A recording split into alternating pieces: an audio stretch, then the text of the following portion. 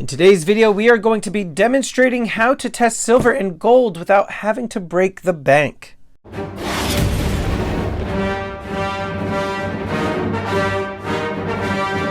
How you doing, everybody? Welcome to Empire Precious Metals. Thank you so much for watching. If you're new to the channel, make sure you blast that subscribe button and get the bell notification clicked. That way you get updated with any new content. Now today, I am going to talk to you about ways in which you can test your silver and gold at home without having to spend an insane amount of money. I've done videos on the Sigma Metalytics Pro here and different Sigma Metalytics testers, which can range anywhere between $800 to around $2,000 depending. Now, if you do have a large quantity of precious metals and you do have the budget, the Sigma Metalytics machines are without a doubt top notch. Okay, they're used by precious metals companies and dealers and coin shops and pawn shops across the country, even across the world. These are excellent devices, but I'm not going to be demonstrating this today. But if you are interested in one of these machines, I have a link below in which you can get a discount. But that being said, this right here, this is the Pocket Pinger, which I have also demonstrated multiple times on the channel. This is a very inexpensive device in which you can test the silver and gold coins that you have with within a reasonable budget. These go for around $25, $30. And essentially what you do is you place your coin right here in between the tongs, and you take the wooden stick here and you hit the coin on the edge, and based on the frequency in which it gives, you can see whether or not that coin is real or fake according to the app that you can download. Or essentially, if you have a trained ear, you can kind of just tell as you hit the coin, you can tell whether or not the thing is real or fake, or if you need even more testing. Now, is this foolproof? No, it's not. This is just something that you can do on the fly. It's relatively cheap. It's very compact and lightweight. As you can see, I keep it here in the Sigma Metalytics case. But this is not what we are doing today. Now we're going to test silver and gold today using a device that I haven't seen before, and it is the silver and gold scales. And I guess you could say they're balances, if you will. And one is for silver, one is for gold. I've never used these before, so this is going to be new to me and a bit of a learning curve as well. So I'm going to demonstrate this with you as a complete newbie. Now, essentially how this works is this right here, the bigger one for silver, this is the one that we're going to do first. And I actually have a bag of fakes that I've gotten over the course of the 5 years that I've been stacking precious metals. What I want to do is grab out this right here. This is the Silver Eagle. We'll see the fake Silver Eagle, that is. We'll see how this does. Maybe it will pass the test. I don't know. But just like anything, some of the items that you are going to be testing, they're not always going to be foolproof, which is why it's important to have different tools at your disposal, whether it is the Pocket Pinger, magnets, scales, the Sigma Metalytics devices. So right here, how this essentially works is like this. You can see all these different notches across the top and the bottom. And this is double-sided, which we will take a look at in just a moment. But essentially, what each of these areas are for are to test different coins. You might be able to see, yeah, you can see that right there. It says kangaroo, maple leaf, Philharmonic. Okay? On this side, what do we got here? We've got, oh, it's actually not upside down. This is the Eagle, which we're going to be checking out. The Asahi Buffalo Round, Krugerrands, Britannias, and on the opposite side, 1 ounce silver coin tester. Coin should not tip this side. Silver coin balance. I'm probably just going to end up using this side, to be completely honest with you. All right, so we've got, I don't have any maples in stock. I sold out of those, and Philharmonics I have coming to me, but I do have a pure silver Britannia, and I do have an American Silver Eagle. And so let's look at the Eagle first. Right here, you could see that this is going to check for the thickness of the coin, and this is going to check the diameter of the coin. And so when I take the Silver Eagle, it should essentially fit within that slot. There shouldn't be really any extra gaps, and it shouldn't be too tight. So we're going to stick this in there to check the thickness. That slides right in there. So to me, that is a good sign. But now we need to check the diameter. Now the diameter of the coin in the thickest spots, or sorry, I should say the widest parts of the coin should fit within these two teeth. So let's see. And as you can see, it does. Okay, there's no space in between. Let me try to get this a little bit better for you guys there. But you can see there's no gap in between. I'm just out of curiosity. Let's just see with the Krugerrand. You can see it doesn't fit. All right.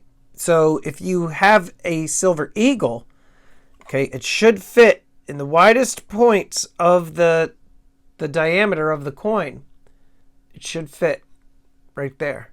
So now let's check out this fake. Okay, here's the fake. You can kind of tell just by looking at it that it's a fake. All right, thickness. Let's check the thickness. Thickness, it's too fat. All right, so you can already tell that this isn't going to work. It's too thick. So that's a warning sign. The diameter actually seems to be accurate. But the part that is concerning here is the thickness. It doesn't fit. So that's one way in which you can tell you've got a fake Silver Eagle. Now, what this says to do, okay, it says check the diameter, check the width, which is what we did, and then it says weigh the coins on both sides. Coin should tip this side. Now, when it says on both sides, I imagine it means both sides of this balance. So I'm going to put the coin here, and it's going to have to, it says coin should tip this side. So let's try it out. Maybe for this one, we'll take the camera off the tripod, and we are going to place this on the balance, and it tips it. Okay, let's make sure it's right in there. And now let's try the other side. And then we're going to see what happens with the fake. All right, so the coin should not tip this side. And it doesn't. So that's a good sign. So this coin has passed the 4 tests. So the fake has passed one of the 2 tests on this side of the balance. Now we are going to take the fake and we are going to place it on the balance and see what happens. Okay, so it does weigh that side down. But now let's try the other side. So it's passed 2 out of the 3.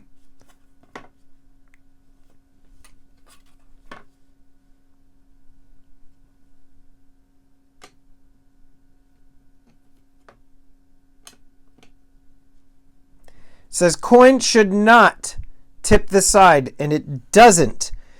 So this fake, you can see, sorry, there we go. This fake right here is actually a decent fake. However, the thickness test, it failed.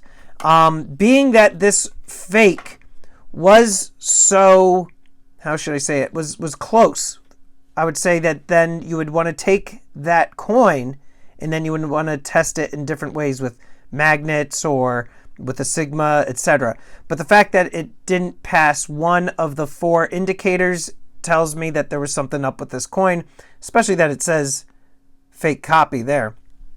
Now, why don't we do the Britannia? All right, so we are now looking at the Britannia. We are going to check the first thing. It says check the diameter. So we want to make sure that the Britannia fits in the diameter nicely. It does. You can see there, right in the widest points, it fits. Thickness, you can see that it fits right in. Right, if I were to take this Britannia and do it on the Krugerrand side, okay, it slides in too easily. If I were to do it with the Asahi Buffalo round or the Eagle, all right, this doesn't really fit within the Eagle so easily, but it fits. And now it's time to do the balance test. All right, so now we are going to put the Britannia on this side, and it says the coin should tip this side. It tips that side, so we know that that's a good sign. Now we're going to test on the other side. It says the coin should not tip this side.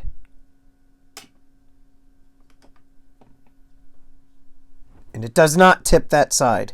So that coin has passed the test. All right, so now let's check out a gold buffalo. All right, so we got a gold buffalo over here. We're going to try the different scale.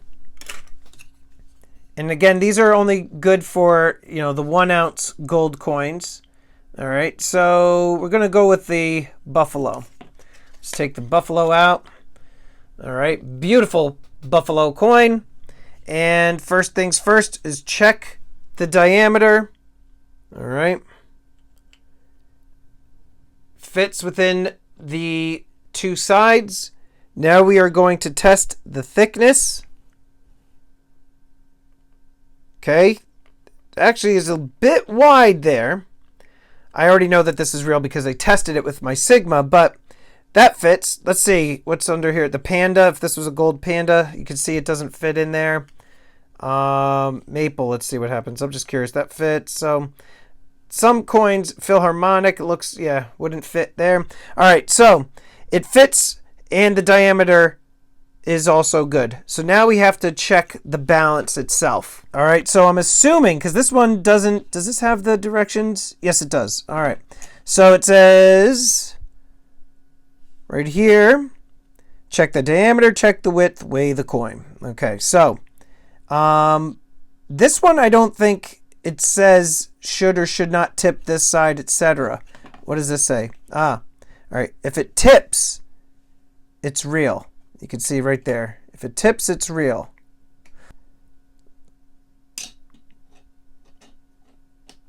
Okay.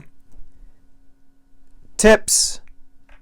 So we're good. Oh, and it even says on here, now that I'm noticing, this is for an Eagle and Krugerrand, that side. This side is for a Maple, a Philharmonic, Buffalo Kangaroo, Panda. So it tips the scale. So we know that that balance, that this coin is good to go. Now, this balance doesn't work with, I don't have a gold fake coin to test. Well, I do, but it's like a small, like half-ounce fake. These scales, they don't work with 90% silver, constitutional silver, things like that. Now, whether or not that the company is going to make coin scales for junk silver, etc., that, I'm unsure about. However, these scales, for what they cost and for what their purpose is, they seem to be a cost-effective way to test some of the validity and the purity of your coins. The links can be found down below. If you are looking to get some, they are down below in the description.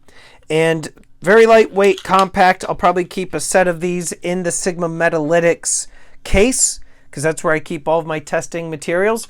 Let me know if you've used any devices such as these yourself, but pretty cost-effective tool. Is it foolproof? I wouldn't say it's foolproof, but again, for what the cost is and what these do, they may be worth you looking into. So anyway, let me know in the comments down below, what are your thoughts on these scales, and I'll see you on the next one.